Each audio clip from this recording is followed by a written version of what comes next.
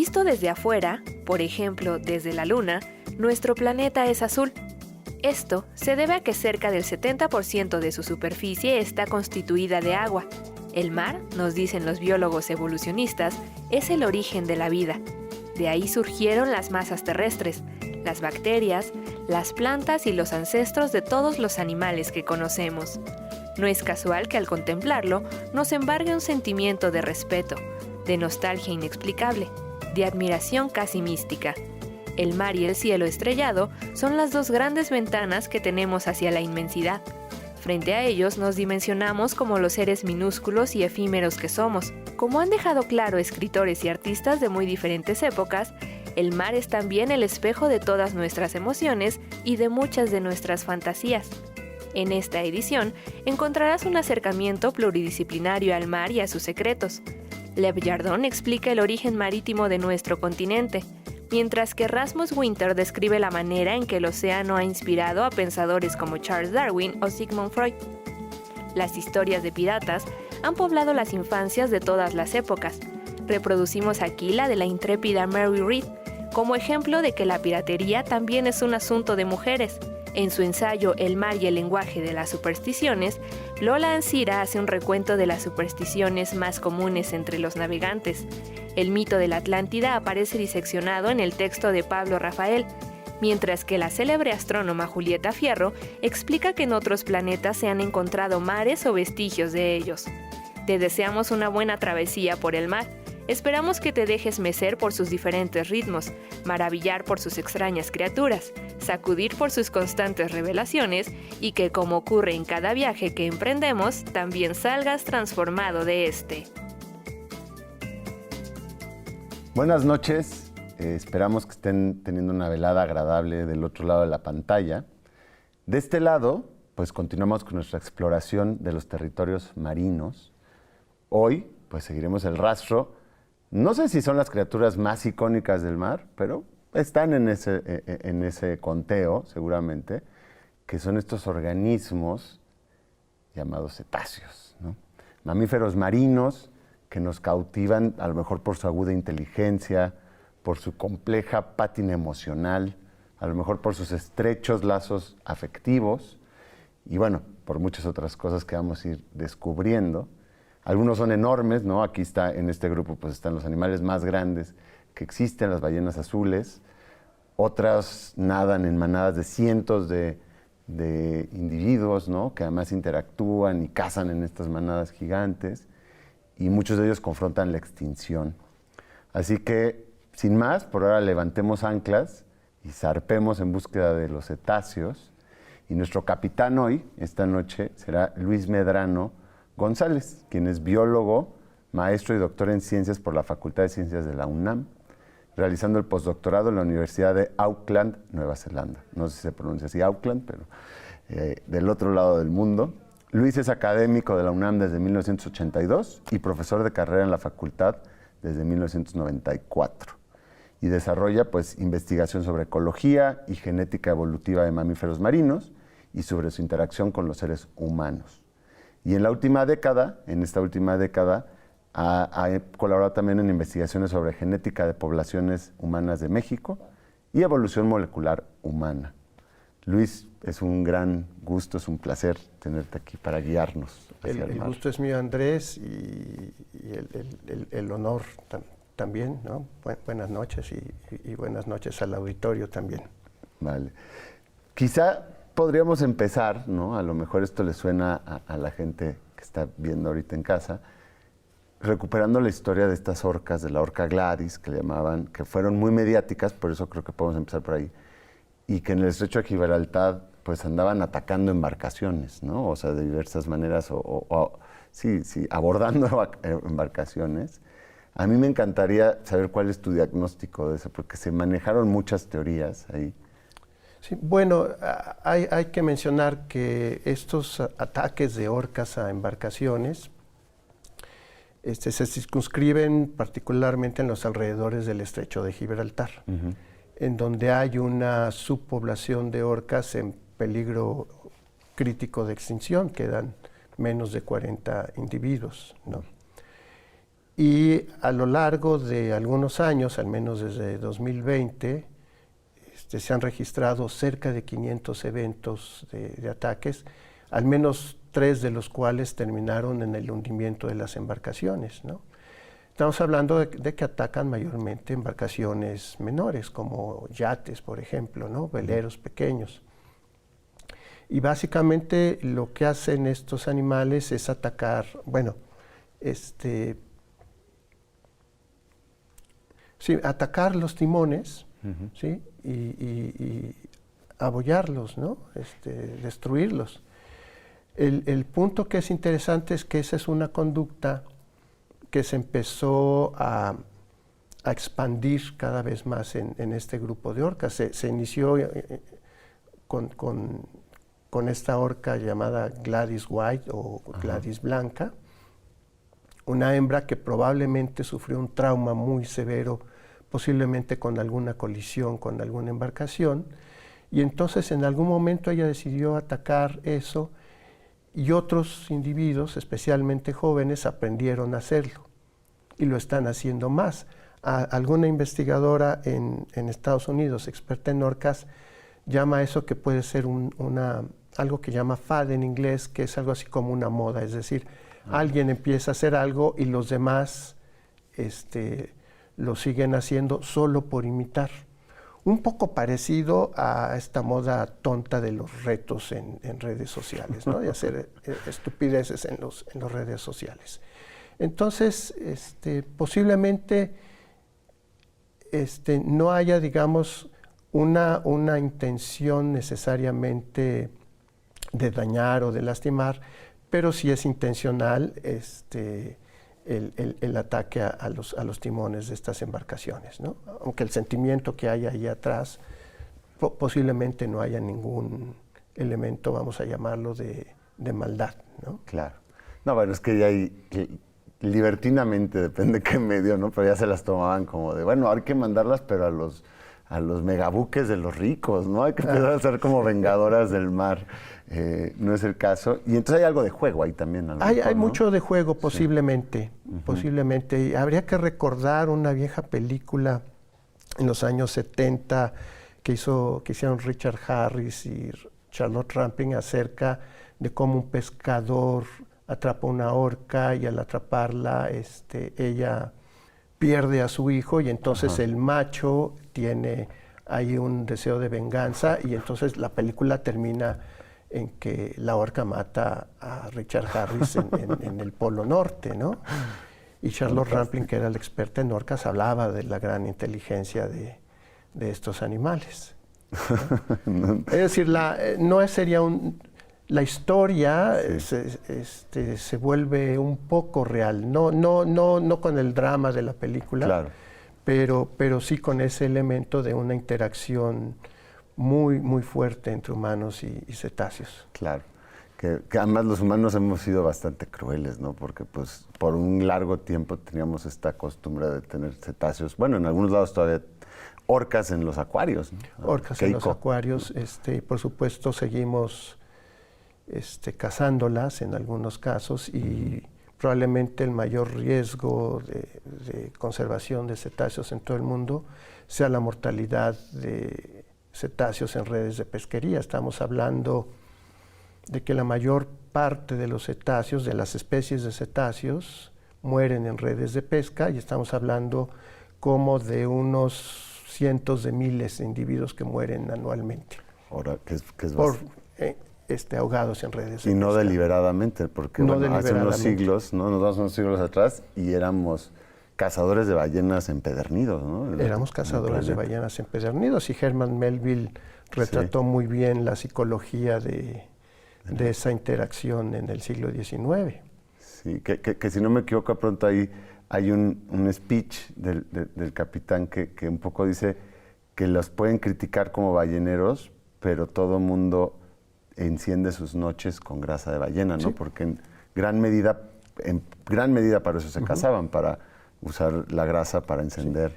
Un libro de historia de la ballenería menciona el siglo XIX se iluminó con la grasa de las ballenas. Fíjate tú, qué fuerte. Pero bueno, en un tiempo, digamos que creo que es... ¿Cuándo se tomó la moratoria de en general ya dejarlas de cazar, salvo por...? La moratoria se decidió en 1982 y Ajá. entró en vigor en 1983. Ok. ¿Sí? ¿Y de Aunque las Naciones Unidas habían recomendado esa moratoria desde 10 años antes. Ah, ya estaba, ya. Pero es Sí. un proceso, no déjenos cazar unas cuantas Sí, más. y aún así se siguen cazando Sí. miles, se han cazado varios miles en los últimos años.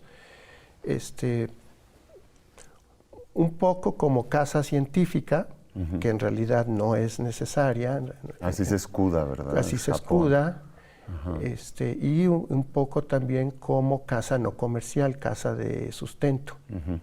¿No? Los mismos Estados Unidos piden un pequeño número de ballenas grises para los esquimales macá. Ah, claro, sí. Bueno, a lo mejor ahí podría estar, porque si son naciones chiquitas y que esa es su costumbre, bueno, ¿no? Pero el problema es la industrialización. Es la como- comercialización. como Ahora, Japón. Ujú. aun si suponemos que la cacería de ballenas ha terminado, lo que sigue creciendo cada vez más son los impactos humanos sobre estos animales en todo el planeta. Las pesquerías ya las mencionamos, Ujú. pero por supuesto está la contaminación y ahora el tránsito marítimo también, ¿no? Que Que eso es una violencia de otra índole. es una por cierto. violencia de otra índole. Y además el problema del tránsito es que se conoce muy poco sobre realmente Su cuántos, impacto. el impacto y cuántos animales mueren por ello, ¿no? Pues me imagino yo que digo, ya no solo es la colisión directa, sino el ruido, o sea, pues estos son animales que Así se es. comunican a través de llamados, ¿no? Sí. Y imagínate una línea, yo no sé, pero entre el comercio entre Europa y América del Norte, o Sí. entre Oriente, y ahora que quieren abrir las aguas del Polo Norte, eso es una disrupción para el entorno. Terrible, sí. Los cetáceos perciben su mundo fundamentalmente a través del oído, Ujú. ¿no? Digamos, en el nervio auditivo de los cetáceos, en general, hablando en general, unos más que otros, pero en general, tienen tantos o más fibras que el nervio óptico de los humanos. Es decir, en principio hay ahí información suficiente para formar imágenes, Ok. ¿no? Es decir, podrían formar imágenes con lo que oyen, ¿no? Y hay una película reciente que hace una buena representación de lo que podría ser ese proceso, percibir a través de la audición, ¿no? Wow, claro. Entonces, imagínate tú un mundo en donde tu principal forma de percepción está llena de ruido que interfiere con tu vida diaria. Ay, qué cosa. Bueno, vamos a ir al corte. Ahora no le cambien, porque cuando regresemos vamos a llevar esto también a territorio mexicano y a las aguas, ¿no? A estudiar a las ballenas en su entorno y a los delfines, ¿no? Así que no le cambien, vamos y volvemos.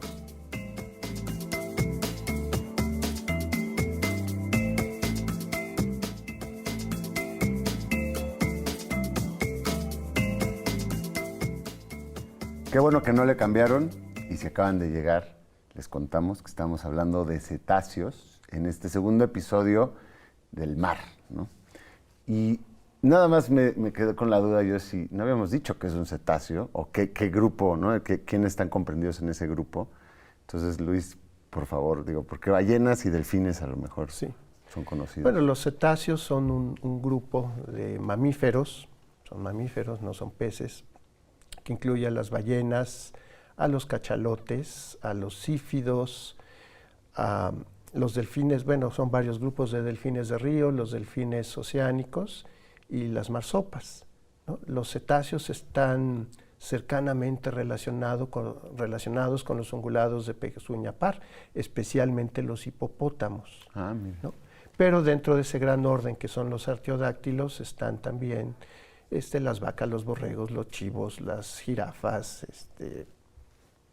Ok. los cerdos mismos, los camellos. Oye, tienen ahorita que tienen ombligo las ballenas. Sí.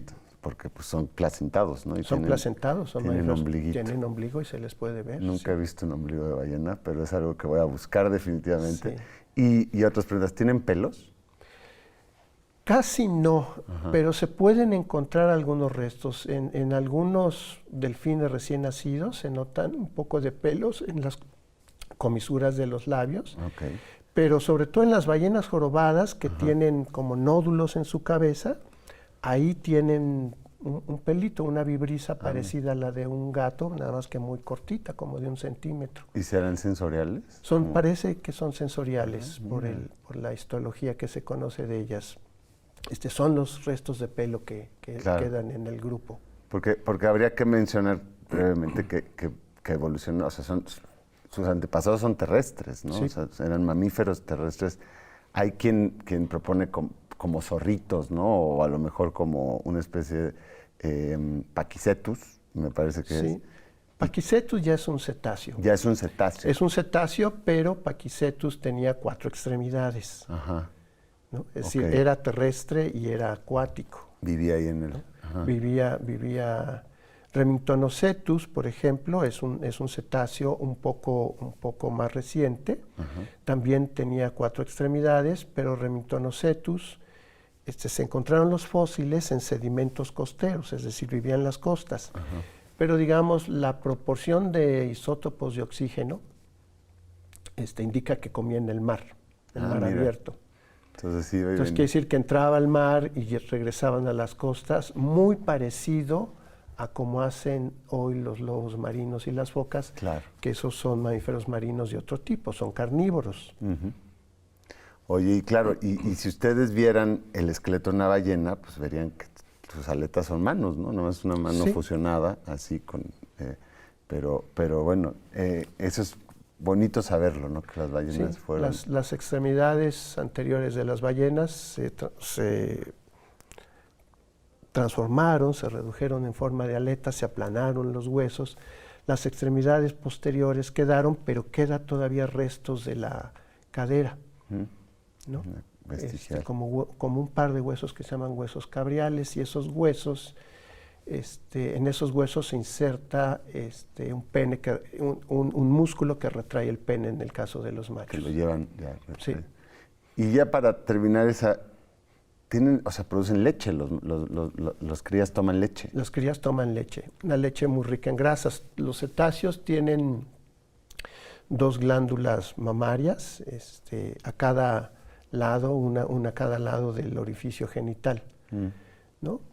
Ellos no tienen cachetes, es decir, no pueden succionar. No succionan, claro. Entonces, pero en relación con que son animales que crecen muy rápido y que tienen grandes consumos de energía, la leche tiene mucha grasa. Entonces, las mamás expulsan la leche mandándola como chorros, literalmente como chorros. Y como es muy grasosa, no se... Y como es muy no se grasosa, libera. no se mezcla con el agua. Es increíble. Ahora, estando también las glándulas mamarias a un lado del orificio genital, entonces todo el cuerpo de la mamá cubre al Chiquito. bebé del oleaje. ¿Sí? Hace una especie de sotavento. Ya, qué lindo. ¿No? Qué lindo. Y deben de producir, digo, las ballenas azules, por lo menos especulativamente, a lo mejor producen la sustancia más nutritiva que hay en el mundo natural, porque las cachalotes creo que suben de peso como 100 kilos al día, una locura, sí, ¿no? Sí, crecen muchísimo. Sí, nacen un bebé recién nacido, por ejemplo, una ballena jorobada pesa 600 kilos. O sea, ¿no? ya es uno de los animales más grandes que Y es uno de los más vertebrados. grandes que hay. Wow. Sí. Wow. Oye, bueno, ahora creo que valdría traérnoslo un poco al contexto mexicano. Me quedé yo pensando, ¿hay orcas en México? O sea, Sí. ¿tenemos presencia? Las orcas se distribuyen en todo el En planeta. todos lados. Ujú. Se reconocen más o menos como 10 ecotipos, ¿no? O sea, 10 tipos de ballenas diferentes que tienen cierta forma de alimentarse, de comportarse y de regiones en donde viven y cómo viven en ella, ¿no? Posiblemente entre esos 10 ecotipos de orca, ahí hay tal vez 2, tal vez hasta 3 especies de orca que están ¿Qué pasan por acá? definirse, ¿no? Ok. Pero en México, digamos, tenemos un tipo de orcas cuya alimentación se basa fundamentalmente en mamíferos marinos, Ya. ¿no? forman pequeños grupos. En todas las orcas, hasta donde yo sé, forman grupos matrilineales, es decir, donde están las mamás, las abuelas, las hermanas, las hijas, y donde los machos pueden estar también los hijos de esas hembras, pero normalmente pueden irse a otra manada y reproducirse, cosas así, ¿no? Okay. Pero las orcas que tenemos en México y que son las más comunes en todo el mundo forman grupos pequeños, que, por ejemplo, fonan muy poco, emiten pocos sonidos, pues básicamente porque son cazadores de mamíferos marinos, ¿no? Más bien. Entonces, no para cazar mamíferos marinos se hacen en grupos pequeños y grupos silenciosos. Oye, y además de orcas, yo sé que tenemos mucha riqueza, pero ¿qué especies de ballenas, por ejemplo, hay en México? De 15 especies de ballenas que hay en el planeta, 8 tenemos en México. Mira, ¿no? Más de la mitad. Ajá. Sí, y alguna de ellas no es México su zona principal, pero digamos la ballena franca del Pacífico Norte, que es una especie de la que deben de quedar unos 100, 150 individuos. Wow. Una parte de su distribución está en México, no es la principal. Sí. No es la principal. Y de las otras porque a unos les suena la gris, ¿no? La jorobada, ¿qué otras tenemos? Bueno, la ballena franca, digamos, pertenece a una familia de ballenas, que son las ballenas sin aleta, familia Balenidae. Pero tenemos otra gran familia, que son familia de las ballenas de aleta, Balenopteridae, eso quiere decir ballenas de aleta, que tienen una aleta dorsal en el tercio posterior. Y ahí está también la ballena gris, por mucho tiempo se le reconoció como una familia aparte, no lo es, ¿no? Forma parte de la familia de los balenoptéridos, o rorcuales también se les llama. Y ahí están la ballena azul, la ballena de Sei, ¿sí? La ballena de Bruda, la ballena de Minke, la ballena jorobada y la ballena gris, ¿no? Se menciona también la posibilidad de posiblemente una especie en el Golfo de México relacionada con la ballena Bruda, que es una especie que recientemente se acaba de describir, Balenoptera risei. Ah, sí. Pero está por confirmarse exactamente cuál sería la distribución de esta especie. Se ha descrito en el norte del Golfo de México, en aguas de Estados Unidos. Ok. Oye, ¿y las que anidan aquí, qué ballenas tienen sus cosas? Bueno, las que son simbólicas, ¿no? de México son primero la ballena gris, ¿sí? Que se reproduce en las lagunas costeras de Baja California Sur, ¿sí? Y que fue la primera especie para la cual se hizo una zona de refugio en 1972 por el gobierno de México, y eso fue un hito.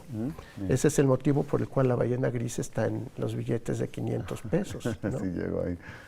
Y otra ballena que también tiene un ciclo migratorio muy regular, parecido al de la ballena gris, es la ballena jorobada, que en México también se ha cazado desde el siglo XIX, ¿no? Y entonces las ballenas gris y jorobada en la actualidad conforman, yo creo que la mayor parte del mercado de observación turística de ballenas. Claro, son las... Pero muy importante está también la ballena azul, no son tan abundantes, son de aguas más abiertas, pero en el Golfo de California, en el Golfo de California, en los alrededores de Santa Rosalía, tienen una zona de crianza. Y hasta donde yo sé, puedo equivocarme, pero hasta donde yo sé, es la única zona de crianza de ballenas azules que se ha identificado en el mundo. Órale. No es el único, evidentemente no es el único lugar donde crían, pero como zona específica de crianza se ha identificado, ¿no? Eso es en Santa Rosalía, Loreto, Santa Rosalía. Por exactamente, Loreto, Santa Rosalía. Wow, eso está fantástico. Que el animal más grande del mundo venga a tener hijos acá, está muy bonito. Oye, Luis, se nos está yendo el tiempo rapidísimo y nos ha faltado un montón de cosas. Yo creo que sí o sí vamos a tener que tener en algún momento otro episodio Con mucho ballenas o de mamíferos marinos en general. O sea, se nos fueron los cantos, los llamados, pero bueno, siempre es bueno que se quede más, ¿no? Que haya más tema. Nada más así para acabar, ¿solo las ballenas jorobadas cantan? Entendamos primero que es canto, ¿no? Okay. En las ballenas se le llama canto a las fonaciones que hacen los machos en la época de reproducción, y esas fonaciones constan de frases que tienen una secuencia específica de sonidos, entre 3, 6 sonidos, ¿sí? que alternan agudos, graves, y esas frases se repiten varias veces. Okay. Y luego cambian de frase. Cuando cambian de frase, entonces termina un tema. Y al iniciar otra frase, y esa frase se repite varias veces, conforma otro tema. Una canción se conforma de 4 o 5 temas y dura aproximadamente unos 5 minutos, ¿no? Okay. Entonces tiene una estructura jerárquica más o menos compleja, que es diferente de otras ballenas en donde uno puede identificar, digamos, sí secuencias de sonidos, Pero no tienen esa... pero no estructuradas en temas. Okay. Posiblemente algunas ballenas francas tengan una estructura similar a la de los temas de las ballenas jorobadas, pero no llegan a esa complejidad, ¿no? Ok. Pues bueno, ya estamos en tiempo. Seguiremos otro día inspeccionando. Muchas gracias, Luis. Al contrario, Andrés, gracias a ti, gracias a tu auditorio. Gracias a ustedes por sintonizar y nos vemos aquí el próximo viernes para seguir explorando el mar.